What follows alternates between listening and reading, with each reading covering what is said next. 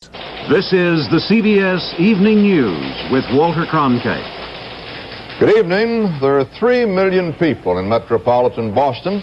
Today, perhaps 10,000 of them demonstrated for or against court-ordered school busing, which is expanded this year to include not just white South Boston and the black Roxbury section, but the entire city. There was, as expected, protest. There was not, as had been feared, widespread violence. In all, 80 arrests, police say, and a handful of injuries. No school child was hurt. Mike Lee reports. This is the day Boston had agonized over all summer long, the beginning of the second year of court-ordered busing for integration in a city that never fully accepted the first year. By sunrise, the Boston police force had recovered from a one-day sick-in over a contract dispute, and the show of force was massive. 1,550 local and state police, 100 U.S. Marshals, and standing by in a nearby armory, 600 National Guard MPs. Police were keeping a special eye on the white, close-knit community of Charlestown, site of the Bunker Hill Monument where black students were to arrive for the first time. One by one, the buses came, under heavy police guard, with crowds kept at more than 100 yards from the schoolhouse steps. The arrivals went smoothly, with most students bringing their own lunch so they wouldn't have to leave the building at noon. Many parents kept their children at home today, some fearing trouble, others protesting school busing. With 26,000 of Boston's 76,000 students scheduled to be bused, citywide attendance today was only 59%, compared with 67% last year. A lot of credit has to go to the people, for example, right here in South Boston. The monitors, the leaders in South Boston have really made a difference this year. But that was early in the day, and while things seemed quiet in the schools, outside was a different story.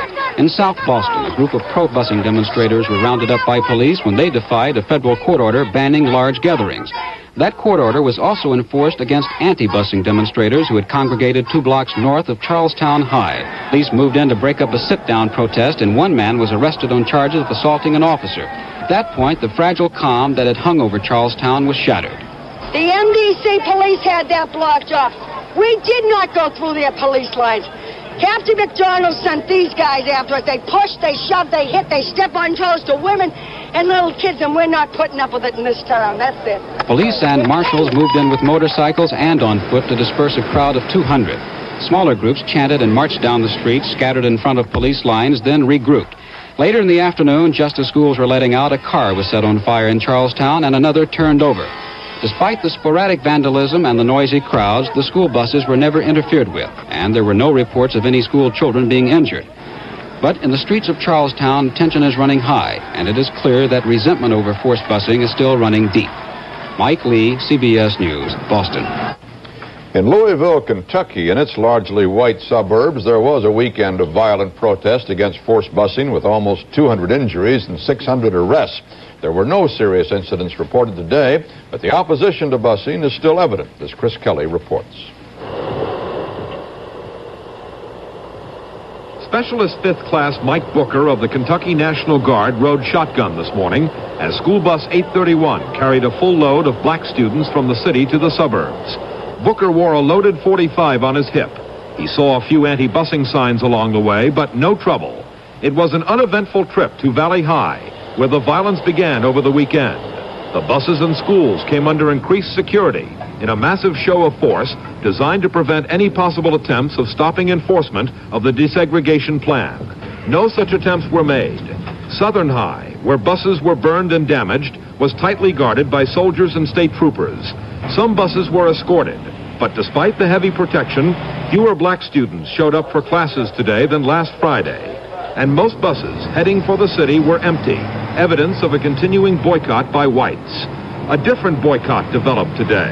A number of bus drivers failed to show up for work, and some said they could not buy fuel from protesting gas dealers. Why are you refusing to sell gasoline to bus drivers? Because I strictly do not believe in this busing. Do you think you can somehow stop the busing effort by not selling gasoline to buses? No, but I'll save my property. Because they are totally destroying the ones that are selling gas to the school buses or any educational vehicle. It is this area, south of Louisville, where resentment to forced busing is strongest. A resentment for some that is deep-rooted. They got their freedom in the 60s, and we're fighting for ours in the 70s. The display of force and new court-ordered restrictions on anti-busing protests appear to have diffused the volatile situation here, and authorities say they plan to keep it that way. Chris Kelly, CBS News, Louisville. The strike by New York City's 65,000 school teachers appeared a certainty tonight after the teachers' 1,300-member delegate assembly and the union leadership voted for the strike. The full membership was voting this evening. 1,100,000 pupils in New York schools would be affected. Teacher strikes today kept almost 1 million youngsters out of school in 12 other states, 500,000 of those children in Chicago alone.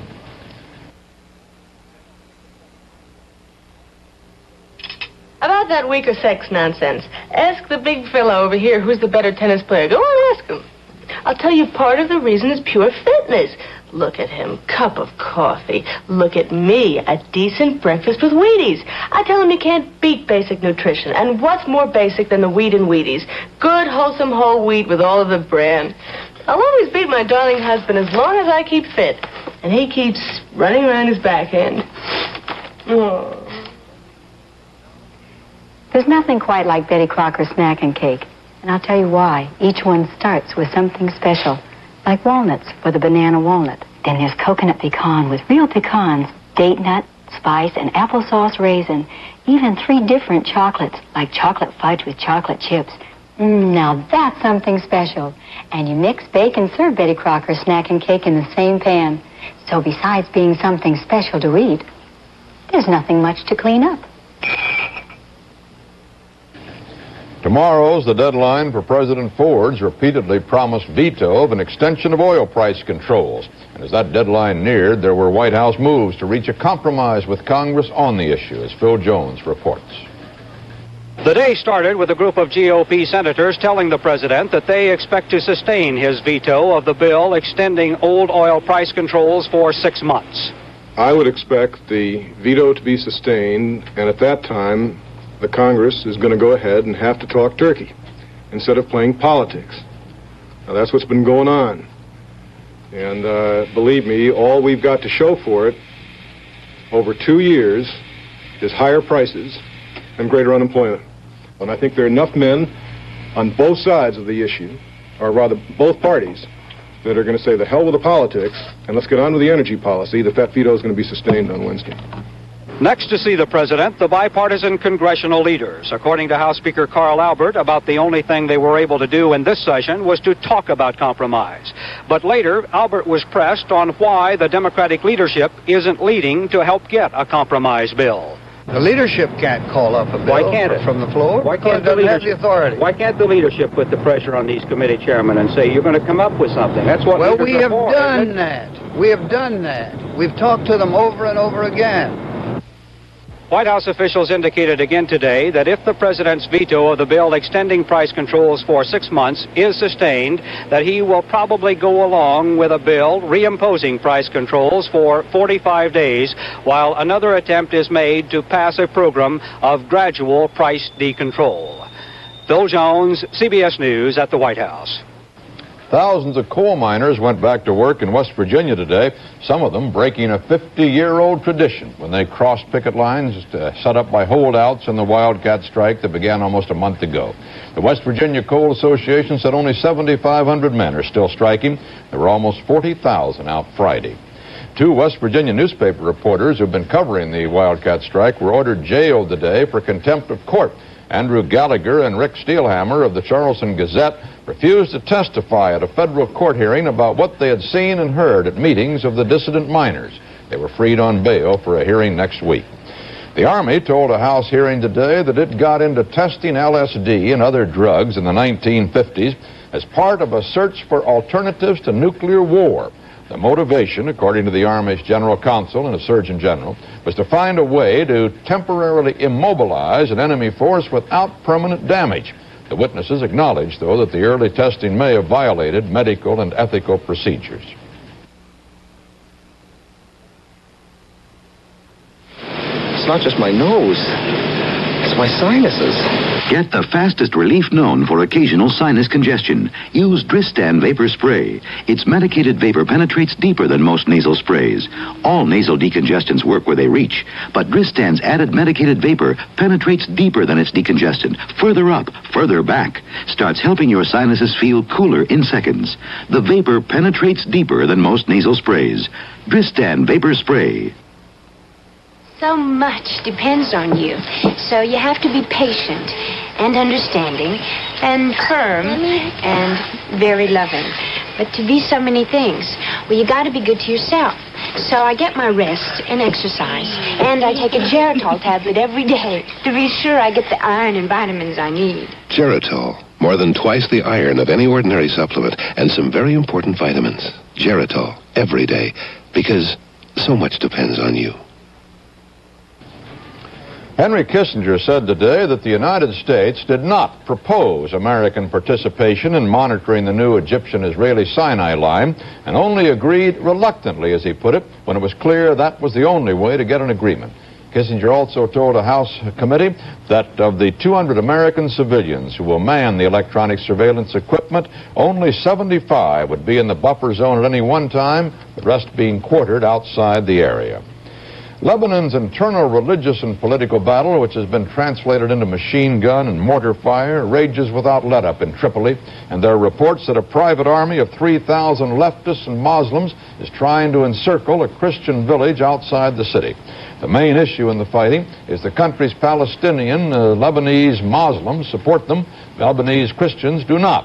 Don Webster reports on the day's battle in Tripoli. Lebanon's fourth political crisis this year has begun, and this time it is centered in the country's second largest city, Tripoli. Today, one explosion after another blew up downtown buildings, demolishing some and causing large fires at others, and the death toll continues to mount. The trouble started with a traffic accident. In most countries, tempers might flare for a short time and then subside. But here, so many political factions hate each other, and so many civilians are armed, that it touched off all this trouble. Palestinian commandos are not significantly involved this time. The quarrel is between Muslim political parties and, mostly Christian, right-wing groups. In Tripoli, the only shops open are those next door to buildings which are ablaze, as employees hurriedly remove as much inventory as possible. As with the three earlier crises this year, the police and army simply step aside and do not intervene. In downtown Tripoli, a police armored personnel carrier rolls through the streets to show its presence, but law enforcement agencies are doing little else. The country's political crisis revolves around law and order, many politicians demanding the police and army stop all this. One prominent cabinet member, a former president of the country, threatens to resign if this isn't done. That could mean the resignation of the prime minister and the cabinet, and the formation of Lebanon's fourth government in 5 months. Don Webster, CBS News, Beirut.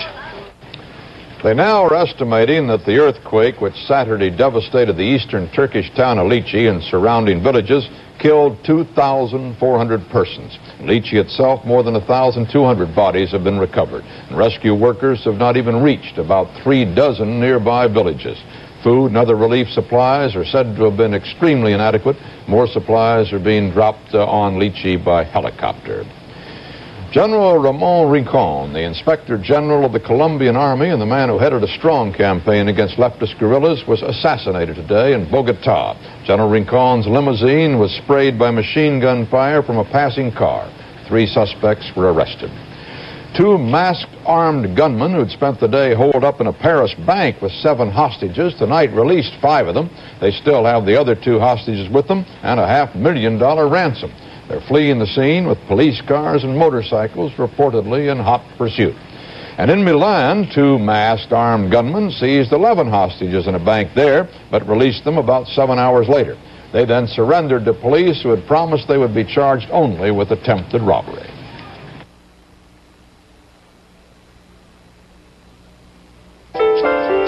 Isn't this the way you want to love? The way you look says a lot about you. The man who uses Vitalis liquid has neat, healthy-looking hair. He wants it that way, every day. He knows it's a look that says a lot. Vitalis Liquid. The way you look says a lot about you.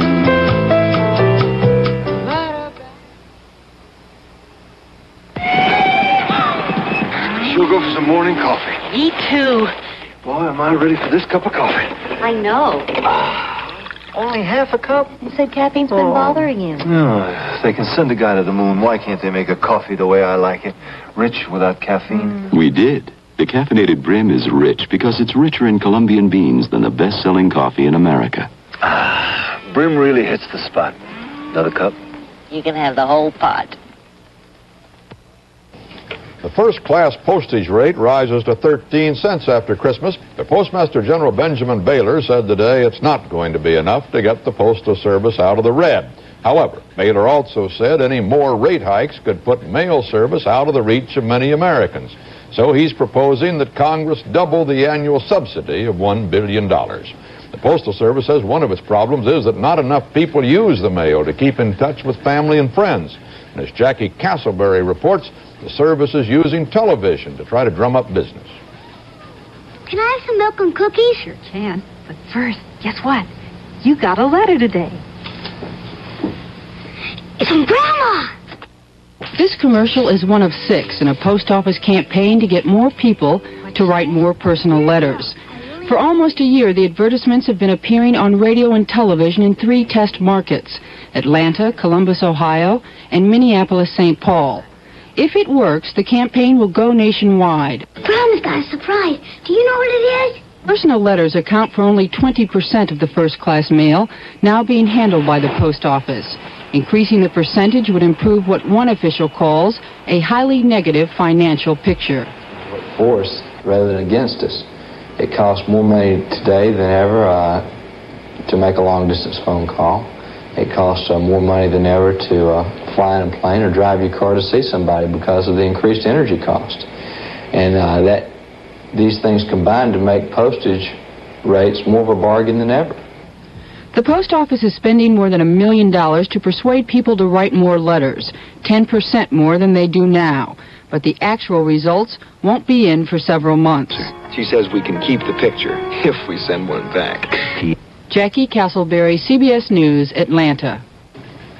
Oregon, South Dakota, and Vermont are the only states that ban the sale of beer and soft drinks in disposable or non-deposit cans and bottles. But now the federal government may ban the disposables at military bases, national parks, and all other federal facilities. A spokesman for the Environmental Protection Agency says if the proposed regulation is adopted, the federal installations would have a year to phase out the throwaways. The Veterans Hospital at Ann Arbor, Michigan has been plagued all summer with talk of murder after a series of mysterious deaths and respiratory arrests among patients. Now the hospital is resuming normal operations, but the mystery of those deaths is still not solved. Sharon Lovejoy reports. The doors at Ann Arbor's Veterans Hospital, closed to all but emergency cases since August 15th, are open again. Admissions are back to normal. But officials say there's a fairly good chance that a psychopathic killer may still be at large here. Patients in intensive care and those receiving intravenous solutions have been isolated. All hospital personnel and patients in the area are required to sign in and out. Drugs that could have been responsible are now locked away. All this because there have been 15 unexplained respiratory arrests and 3 deaths here since the middle of July.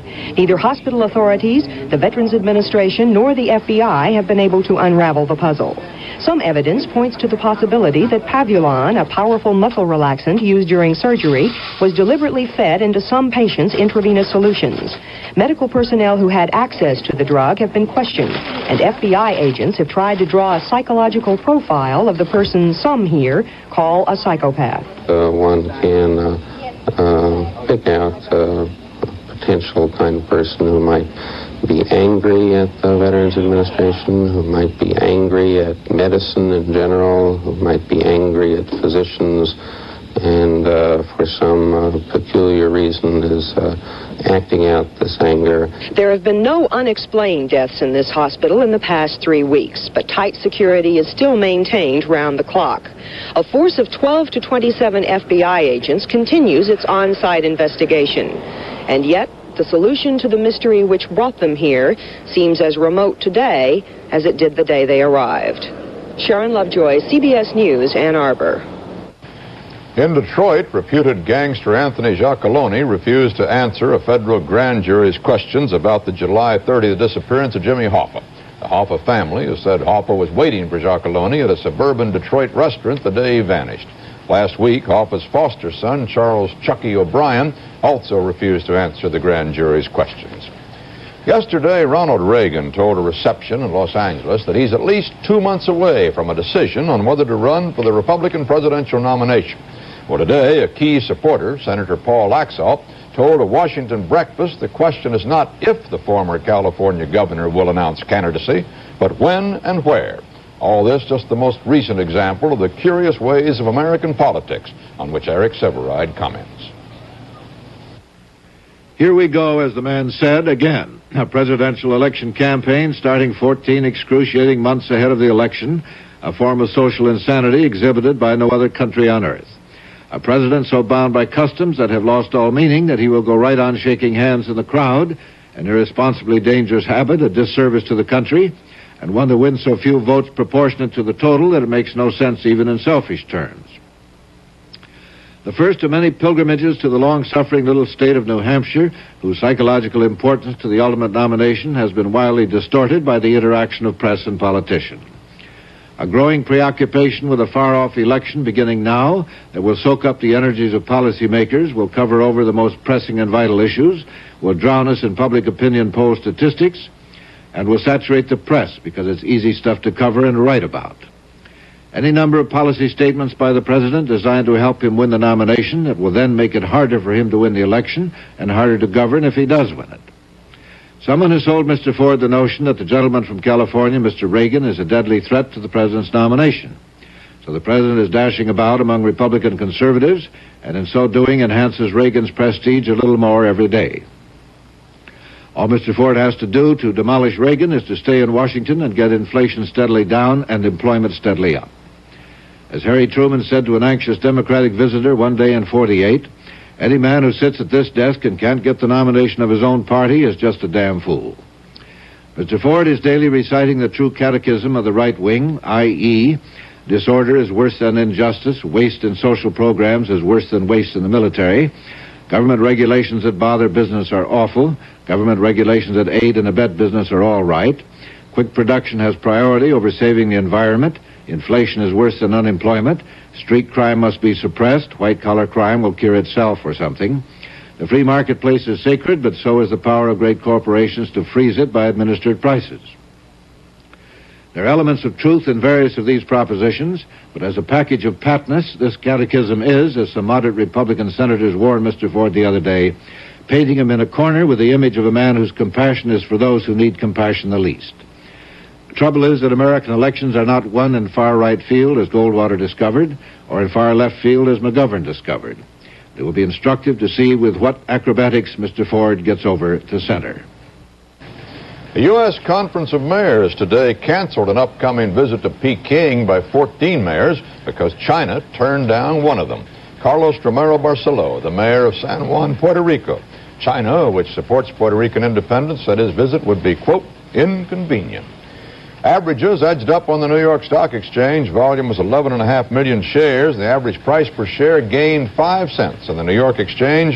It was unchanged on the American. Lavores! Lavores!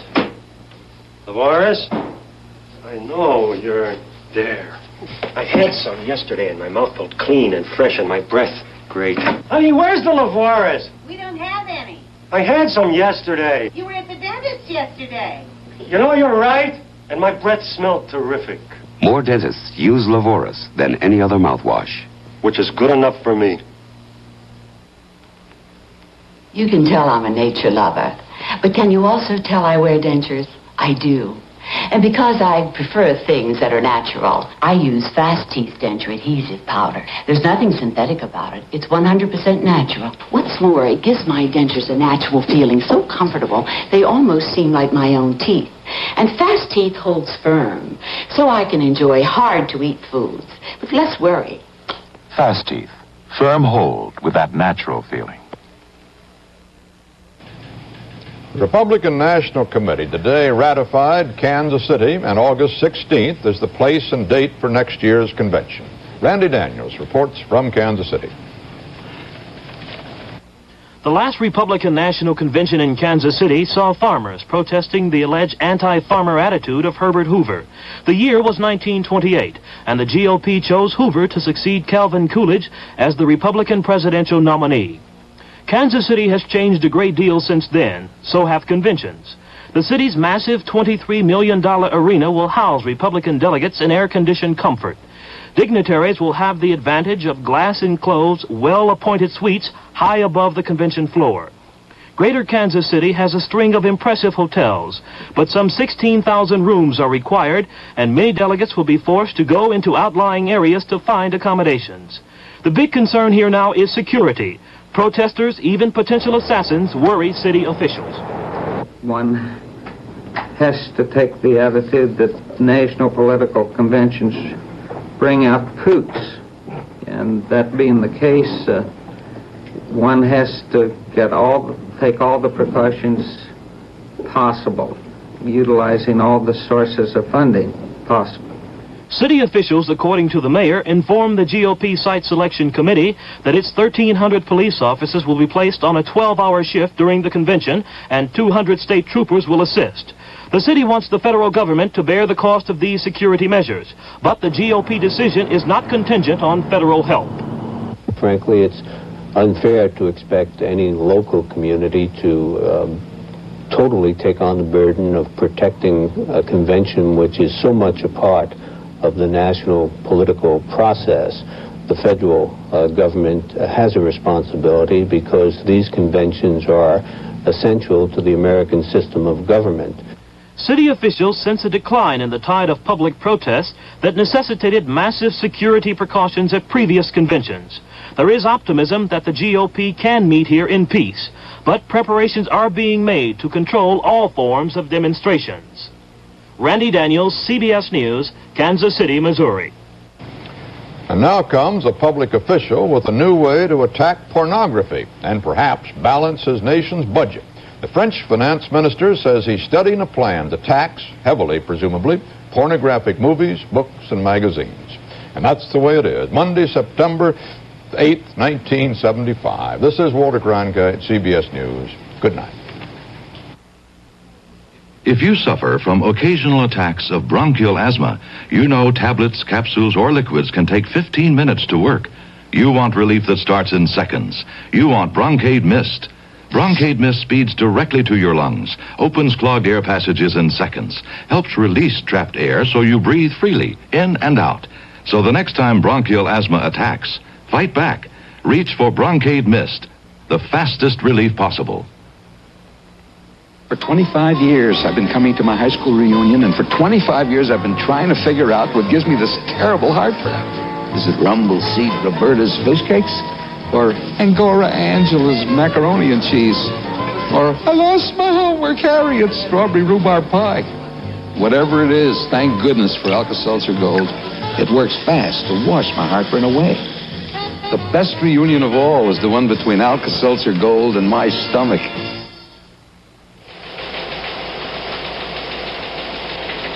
This has been the CBS Evening News with Walter Cronkite. For the latest news early, watch the CBS Morning News with Hughes Rudd and Bruce Morton. What a way to start a new season. Rhoda fires Carlton the doorman, but Carlton has a secret weapon, his mother. Join the fun tonight at 8, 7 Central Time, here on CBS. WLAC-TV, Nashville. Good evening, everybody. I'm Chris Clark, and in the news, there was a hotel fire in Nashville today. Police kill a burglary suspect, and more on that Metro teachers' pay dispute. Ron Kaiser's no disputing it. It was a beautiful day today, and Ron has the weather outdoors. Oh, listen, let's don't complain about this. Let's just be real quiet. Maybe it won't go away, you know? What do you say?